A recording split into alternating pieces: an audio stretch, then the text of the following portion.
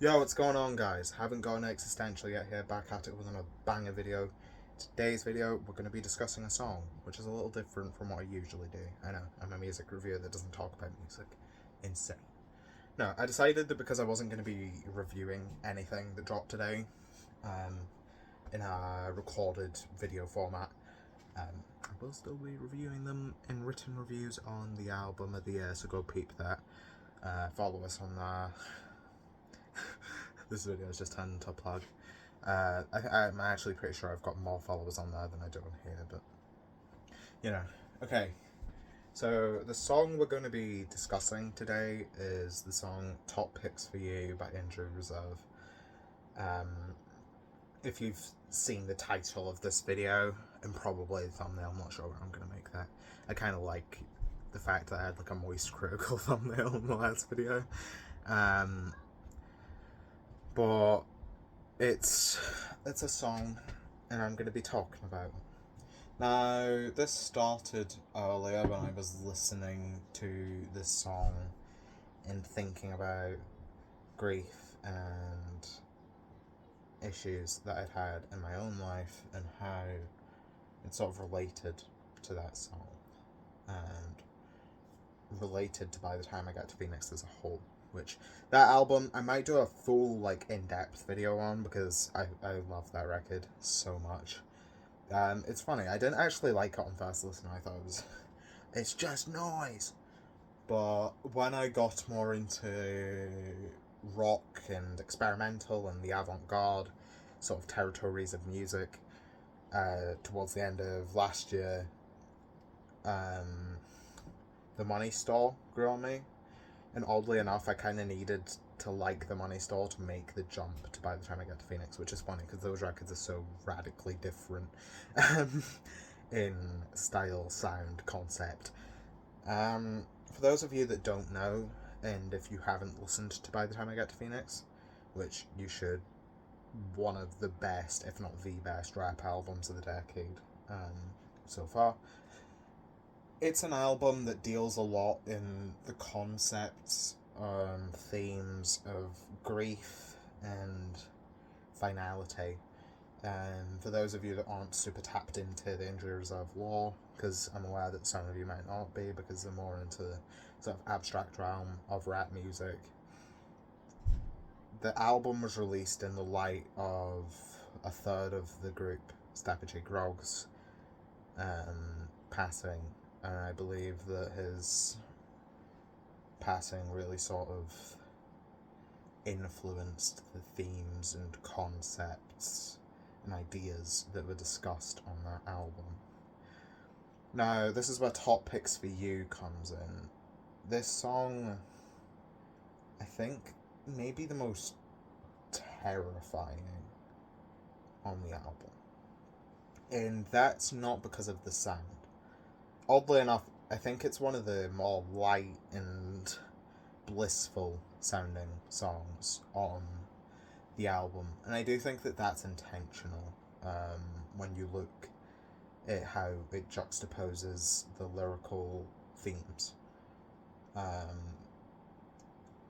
This song, it comes later on into the record. I believe it's track 7. I counted before I did the video because I don't script my videos, but I want it to seem semi-organised. It comes in towards like the second half of the album. So by this point, you're already crying because fucking Superman there exists in the intro and all those crazy songs. But I feel like this song is so terrifying because of the dystopia of it, and how that dystopia isn't actually really a dystopia and more of a reality. And I think that sort of realization crossing your mind, it's like, this song, it just emotionally destroys me every time I listen to it. It's one of those songs as well that I can't listen to without going on a rant about it. You know, I'm very much a think out loud kind of guy, and this song makes me do that even more because I just love the song so much. Now, for those of you that haven't heard the song, the title is very much in reference to what the song is talking about. Top Picks for You really ties in to the themes. Let me scroll down.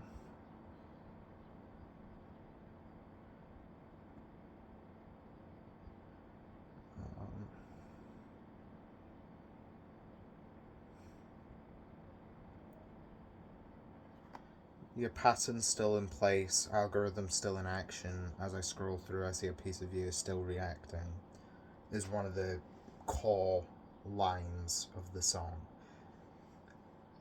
And I think those lyrics in particular really sort of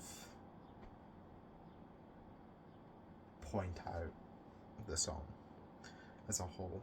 You know, I think they sort of sum what it's talking about up perfectly.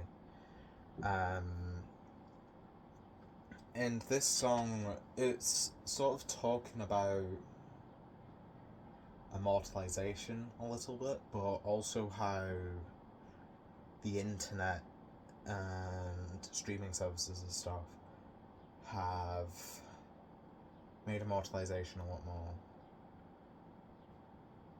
a lot different. And they've sort of changed how that works. And this is what that song is sort of talking about. You know, and I think that's what makes it so fear-inducing, is that it's dystopian, but it's not something that happened 50 years ago. It's not some fictional post-apocalyptic story. It's not something that's happening 100 years from now. It's very present in the issues it's discussing. You know, it's tangible, I think is the best way to describe it. You know, when Richie with a T's talking about scrolling through Netflix and seeing things that people that died would have liked and laughed at, you know, that's real. You know, a lot of the time in these songs that handle such heavy themes such as death or grief or finality as a whole, sort of, you can hide behind the fictionality of it, you know, because these songs tend to be very personal. You don't tend to, you can relate to some moments and strings of lyrics in them and stuff, but you don't, that's not your situation exactly. Whereas with Top Picks for You, you know, it's a situation we've all been in. You know, something as simple as scrolling through the Netflix profile of someone who's not here anymore, you know? And that's when it starts to become this haunting, terrifying idea. Because you can do it.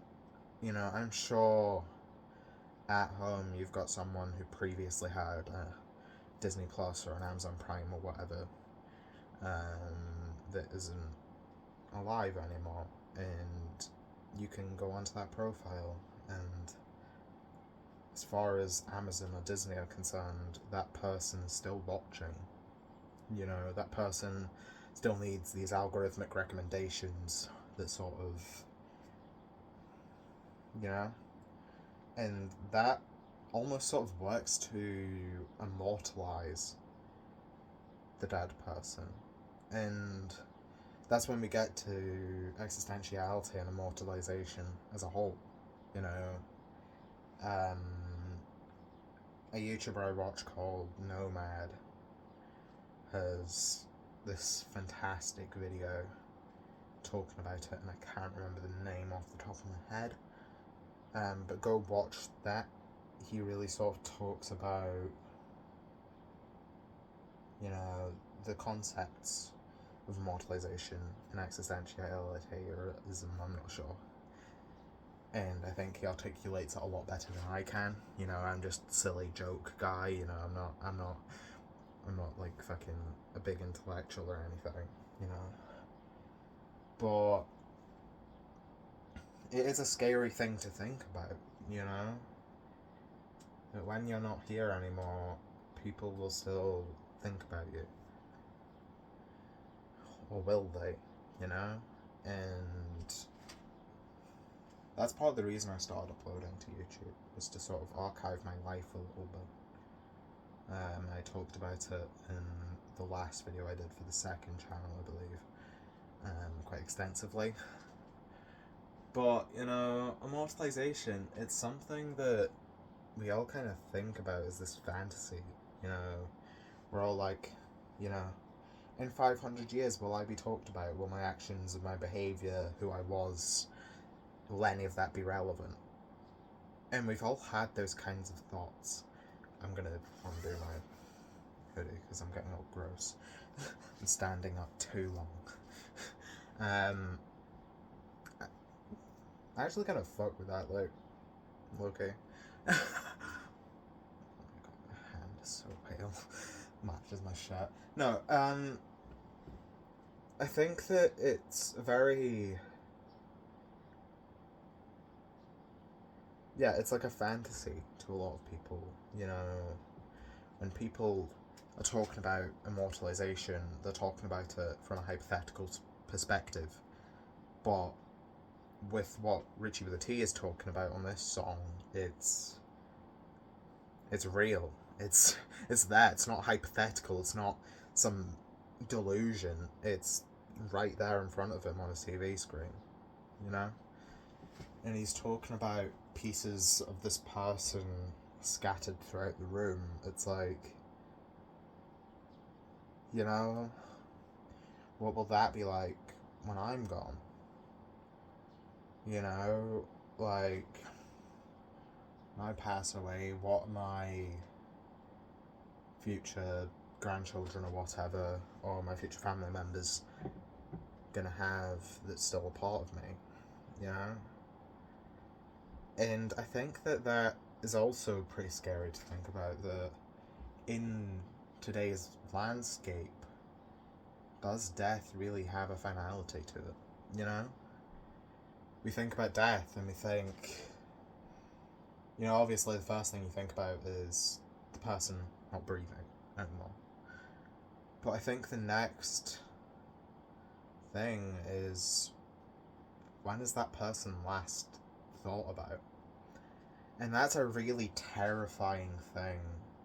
I've said terrifying a million times. That's a really horrifying thing to think about, you know? As a person, it's like, not just will I be remembered, but how long, you know? Will people forget about me 5 years on, or will I be taught about in schools 500 years later, you know? And that's really dystopian on the surface. It's like, Topics for You as an entire song feels like a Black Mirror episode, but it's not. It's something we're living through in this current moment. It's something that we can all do. You know, we can all go on a streaming service and open a new account, and that account is going to keep recommending. You know, algorithms, I love that song. Algorithms are still going to be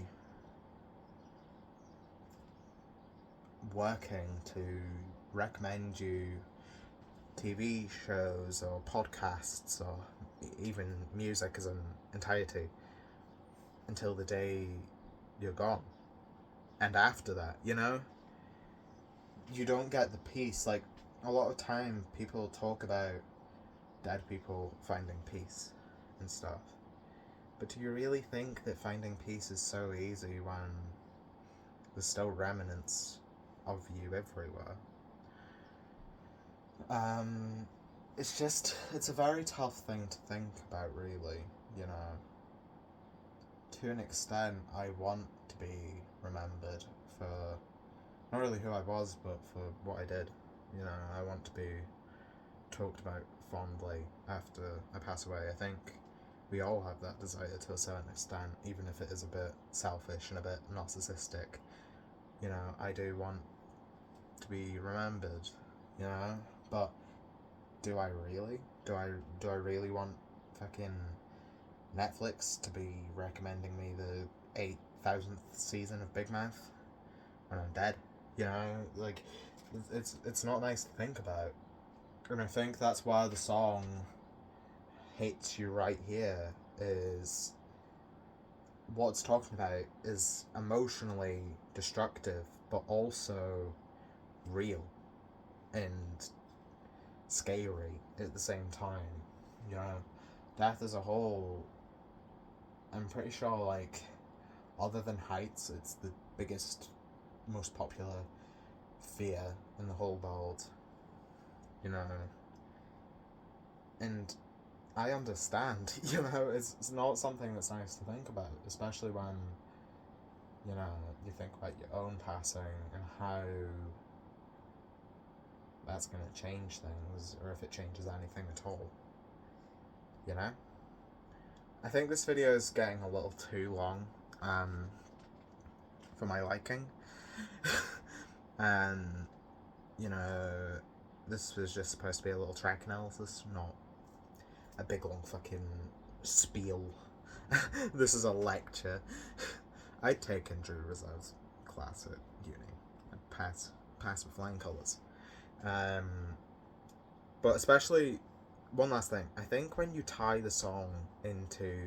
Sorry, I'm just taking my slippers off. When you tie the song into Stepper J. Groggs' passing as well, you know, that's weird and parasocial to a certain extent, but, you know, normally a tie-in would bring you more clarity, but it doesn't, you know, it's a scary song. Alright, thank you for watching me waffle on for 17 minutes about a song that most of you haven't even heard, I bet. I hope you enjoyed. If you haven't heard the song, I urge you to go and listen to it. It'll change your life. It's one of those songs that, like, I don't know if I already said this or not, but it's one of those songs that when you hear it for the first time, it really sort of enlightens you and changes your outlook on things. And I think it explains all the nonsense and rubbish that I've been spouting in this video a little bit better than I can. It's poignant, it's beautiful, it's haunting, it's scary, it's real, it's personal, and the sound is mind-blowing as well. But yeah, I hope you enjoyed the video, and goodbye. I will catch you in the next one.